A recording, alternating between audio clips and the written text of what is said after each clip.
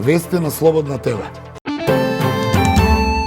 Лажна вести информацијата за мојата смена и таа не заслужува никаков коментар, изјави денеска министерот за надворешни работи Бујар Османи во однос на наводната понуда за негово разрешување од министерската функција.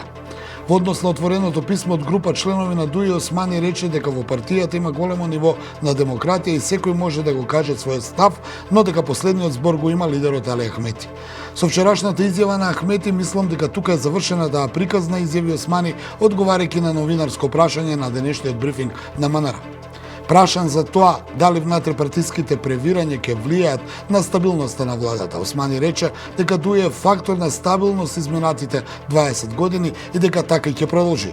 20 на незадоволни членови на ДУИ, меѓу кои Муса Џафери, Изат Меджити, Невзат Бејта, Блерин Беџети и Висат Ганију, во отворено писмо побараа внатрепартиска дебата за да се надмине состојбата и го повикаа лидерот на партијата Ахмети да го искористи својот политички и статутарен авторитет за да се најде решение за зачувување на партиското единство.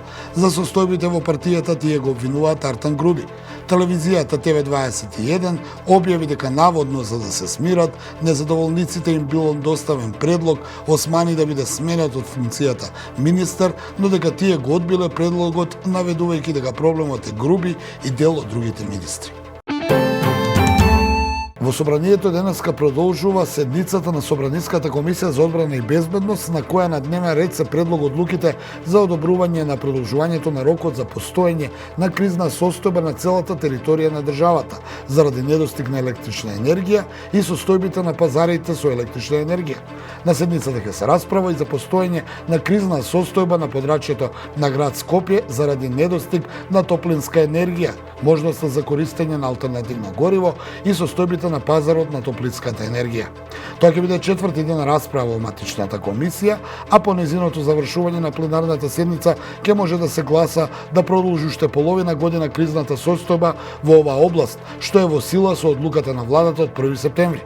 Собранискиот спикер Талат Џафери укажа дека краен рок за изгласување кризна состојба е 28 септември, за да може да стапи на сила од 1 октомври. Според власта, прогласувањето кризна состојба ќе овозможи механизми за справување со кризата. Вице-премиерот за економски прашања Фатмир Битичи минатата недела нагласи дека имаат доволно аргументи за да побараат 6 месеци период на енергетска криза со цел граѓаните да бидат испочитувани со соодветни мерки за најмалку да ја почувствуваат кризата. За пратениците од опозицијската ВМРО ДПМН е причината за лошата состојба со електричната енергија во земјава е недомакинското работење и намаленото производство на електрична енергија. Според нив требало во изминатите години да се зголеми наместо да се намали домашното производство. Вице-премиерот Битичи во саботата најави дека оваа недела е клучна кога би требало да се знае од каде ќе се набавува струја за стопанството. Градоначалничката на град Скопје Данела Арсовска, наместо да се грижи за граѓаните да им обезбеди парно грејење зимава, со незината партија ВМРО ДПМН договара тендери и се караат за провизии, изјави премиерот Димитар Ковачевски. Ковачевски во интервју за националниот сервис МТВ рече дека владата оваа зима преку ЕСМ ќе го преземе парното грејење бидејќи Арсовска не сака, иако тоа е комунална обврска. Тој обвини дека Арсовска цела година од мандатот не работи ништо, не ги реализира двата проекта кои се финансирани со европски пари, автобуското метро и пречистителната станица, не ја прави универзална сала, клучката кај Момин поток. Ковачевски ја повика Арсовска да им се извини на граѓаните што на изборите ги излажала. Градоначалничката Арсовска пак му одговори на Ковачевски дека владата е неспособна за справување со енергетската криза и наместо тој да се шета по телевизии и да кажува невистини, да се фати за работа. Снабдувањето со парно грејење во Скопје беше продадено на приватната компанија Балкан Енерджи Груп во 2012 година, кога градоначалник беше Коца Трајановски од ВМРО ДПМН, а владата на ВМРО ДПМН ја предводеше Никола Груевски. На 27 јуни годинава Регулаторната комисија за енергетика ги одзеде лицензите на БЕК за снабдување и дистрибуција на топлинската енергија, а претходно беше одземена лиценцата за производство на топлинска енергија, што значи дека БЕК веќе нема никаква врска со парното грејење во Скопје. До завршувањето на процедурата за избор на нов извршител на енергетската јавна дејност, производство, дистрибуција и снабдување со топлинската енергија, БЕК законски обврзана да ја врши дејноста. Бројот на загинатите во денешниот напад во едно училиште во рускиот град Ижевск се искачи на 9, меѓу кои 5 деца, соопштија руските власти. Мотивот на напаѓачот кој веднаш по нападот си го одзел животот не е познат. Нападот се случил во главниот град на Удмутрија, регион кој се наоѓа на околу 1000 километри источно од Москва.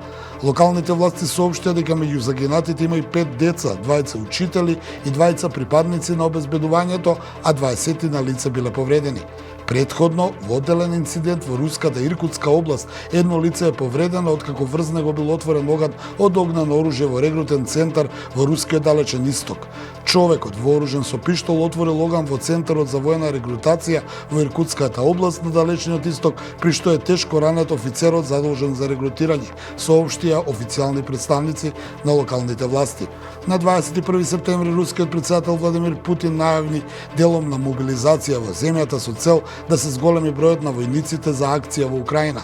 Наредбата за делум на мобилизација во Русија резултираше со протести низ земјата, апсење демонстранти и заменување руски граѓани во странство кои не сакаат да бидат мобилизирани. Речиси 17.000 руски граѓани само овој викенд ја преминале границата со Финска, што е за 80% повеќе отколку претходниот викенд. Финскиот министер за надворешни работи Пека Хависто во петокот изјави дека земјата ќе го забрани влезот за руските туристи.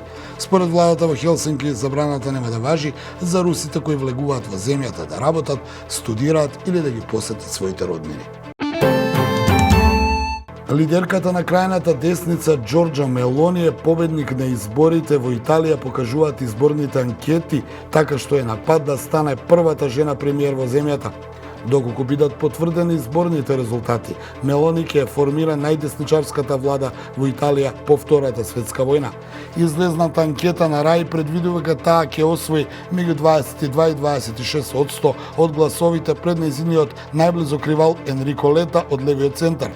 Неколку останати изборни анкети даваат предност на десничарската коалиција од 41 до 45% од гласовите.